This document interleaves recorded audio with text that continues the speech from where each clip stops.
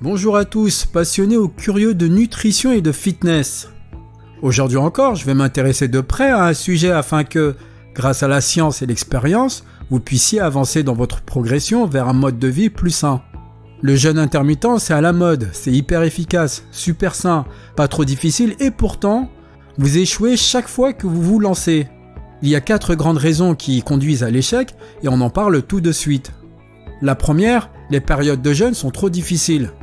Chaque fois que vous vous lancez, vous finissez par craquer car le jeûne est une vraie torture. Ce n'est pas normal. Certes, ce peut être parfois difficile de tenir plusieurs heures sans manger, mais certainement pas autant de vous faire complètement abandonner. Peut-être que vous ne mangez pas suffisamment lors des périodes dédiées au repas, du coup vous avez extrêmement faim. Si tel est le cas, rien d'étonnant à ce que le jeûne intermittent vous paraisse être une horreur. Vous savez quoi faire pour remédier à cela. Est-ce que vous buvez suffisamment d'eau ?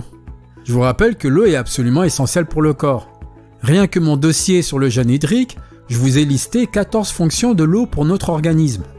En plus, l'eau est super coupe-faim quand on suit un jeûne, tout en boostant nos performances. Ribble et Davy ont montré que les performances physiques comme cognitives déclinent après plus de 2% de perte d'eau par le corps humain. Alors à vous bouteille ou robinet. Il y a autre chose qui peut rendre les périodes de jeûne terribles, une mauvaise alimentation. Alors oui, je sais qu'on vous a souvent répété que jeûner, c'est faire attention à quand on mange et pas à ce qu'on mange. C'est beaucoup vrai, mais un peu faux quand même. Quand on jeûne de manière intermittente, et donc on est régulièrement en état de cétose, le corps devient notamment plus sensible aux apports glucidiques. Je vous conseille donc de privilégier les aliments complets et les gras sains que les glucides. Je sais que ça n'est pas facile de manger moins de sucre. Ahmed et ses confrères ont même trouvé que, par ses effets de récompense et d'attractivité, l'addiction au sucre est neurologiquement plus satisfaisante et robuste que la cocaïne. Il va falloir être fort. Ah aussi, c'est normal de ne pas très bien vivre son jeûne, les 3 à 5 premiers jours. Le corps a toujours besoin d'un peu de temps pour s'adapter à un nouveau rythme et à être en harmonie avec celui-ci. Donc serrez les dents et en moins d'1 semaine, vous serez complètement adepte du jeûne intermittent, comme moi. La deuxième raison, peut-être que votre entourage ou votre vie sociale vous décourage.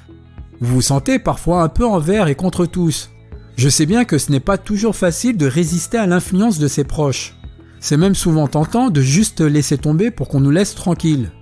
Mais le jeûne intermittent est un mode de vie aux effets bénéfiques incroyables, à vous de le leur prouver. Ils disent toujours que le petit déjeuner est le repas le plus important de la journée. Donnez-leur à lire l'article de Kobayashi, qui, comme d'autres auteurs, ont montré que sauter le petit déjeuner n'affecte pas les dépenses énergétiques, l'oxydation des graisses, ni l'effet thermique de la nourriture. Vous entendez souvent que le jeûne intermittent va dérégler votre métabolisme ou vos rythmes circadiens. Voici une autre lecture très instructive, l'étude de Patterson et Sears.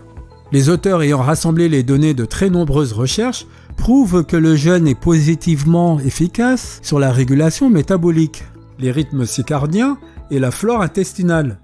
Parce que quand vous mangez est un peu plus important que ce que vous mangez, bien qu'une alimentation équilibrée voire spécifique au jeûne est bien sûr recommandée. Ce qui peut aussi faire échouer, c'est votre vie sociale. Non pas volontairement cette fois, mais je conçois qu'il est difficile de préparer le petit déjeuner des enfants sans être tenté de les rejoindre. Que les dimanches peuvent être une torture si votre conjoint ne pratique pas lui aussi le jeûne. Ou encore que vous avez peur d'avoir l'air malpoli en refusant dès le matin une part de gâteau préparée par votre collègue du bureau. Pour tout ça, il est possible de trouver des stratégies, envisager un timing différent pour votre jeûne ou bien expliquer à l'entourage le pourquoi et comment du jeûne intermittent et ses contraintes. La troisième raison, vous n'obtenez pas les résultats attendus. Vous tenez depuis plusieurs semaines, mais malgré tout, les résultats ne sont pas là du tout. Forcément, les chances d'abandonner sont grandes. Si le problème vient du poids sur la balance, je vous propose 2 vidéos qui pourraient vous aider à régler tout ça. L'une pour comprendre pourquoi ce poids ne bouge pas, l'autre pourquoi, pire encore, vous prenez du poids en pratiquant le jeûne intermittent. Jetez-y un œil. Peut-être que l'une des raisons qui vous a poussé à suivre un jeûne intermittent est le gain d'énergie qui s'ensuit en principe. C'est 25% d'énergie supplémentaire identifiée par la mana grâce à la facilité d'assimilation des cétones par le cerveau. Sauf que pour vous, ça ne fonctionne pas du tout et vous vous sentez d'autant plus fatigué. Ou alors parce que vous pensiez gagner du temps et être plus productif, mais au lieu de ça, vous pensez sans arrêt à manger. Dans un cas comme dans l'autre, Si c'est l'absence de résultats qui vous fait échouer, je vous suggère de suivre les quelques conseils du début de la vidéo. Et même de vous pencher sur mon dossier thématique pour savoir comment correctement suivre un jeûne intermittent. Avec les bonnes astuces, les résultats ne tarderont pas à se faire sentir. La quatrième raison, vous ne pratiquez pas le jeûne rigoureusement. Clairement, les périodes de jeûne ne sont pas si terribles. Vous perdez même un peu de poids et vous vous sentez plus énergique. Mais malgré tout, vous échouez à suivre un jeûne intermittent. Commencer, faire des écarts, abandonner, reprendre, faire des écarts, ce cycle vous semble peut-être familier. Peut-être d'abord que vos motivations ne sont pas tout à fait claires. Savez-vous vraiment pourquoi vous vous lancez dans ce mode de vie ? Le faire par solidarité pour ses amis ou parce que c'est super à la mode ne suffira pas. Renseignez-vous vraiment sur le sujet, sur les bénéfices du jeûne et la manière dont cela fonctionne. Et lancez-vous seulement si vous adhérez réellement au principe. Ensuite, il se peut que vos anciennes habitudes vous mènent la vie dure. Impossible de renoncer au café crème du matin alors que votre jeûne est censé prendre fin à midi. Mauvaise habitude numéro 1. S'accorder chaque soir quelques carrés de chocolat en regardant un film au lit. Mauvaise habitude numéro 2. Je vais m'arrêter là, mais vous voyez l'idée. D'abord, sachez qu'il est tout à fait humain d'avoir beaucoup de mal à suivre de nouvelles habitudes. La Lyon a mené une expérimentation très intéressante auprès de 96 sujets. Chaque volontaire choisissait une habitude alimentaire comportementale ou liée à la boisson, répétée chaque jour dans les mêmes circonstances.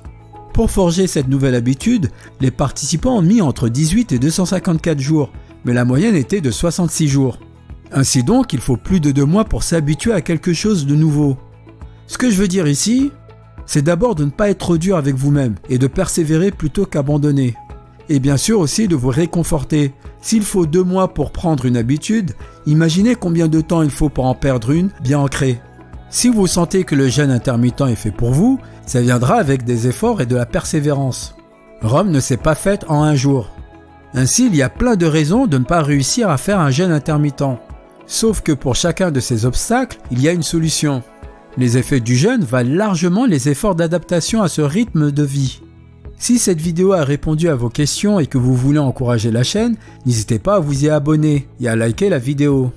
Je vous dis à très vite pour encore plus de contenu fiable sur la nutrition et le fitness.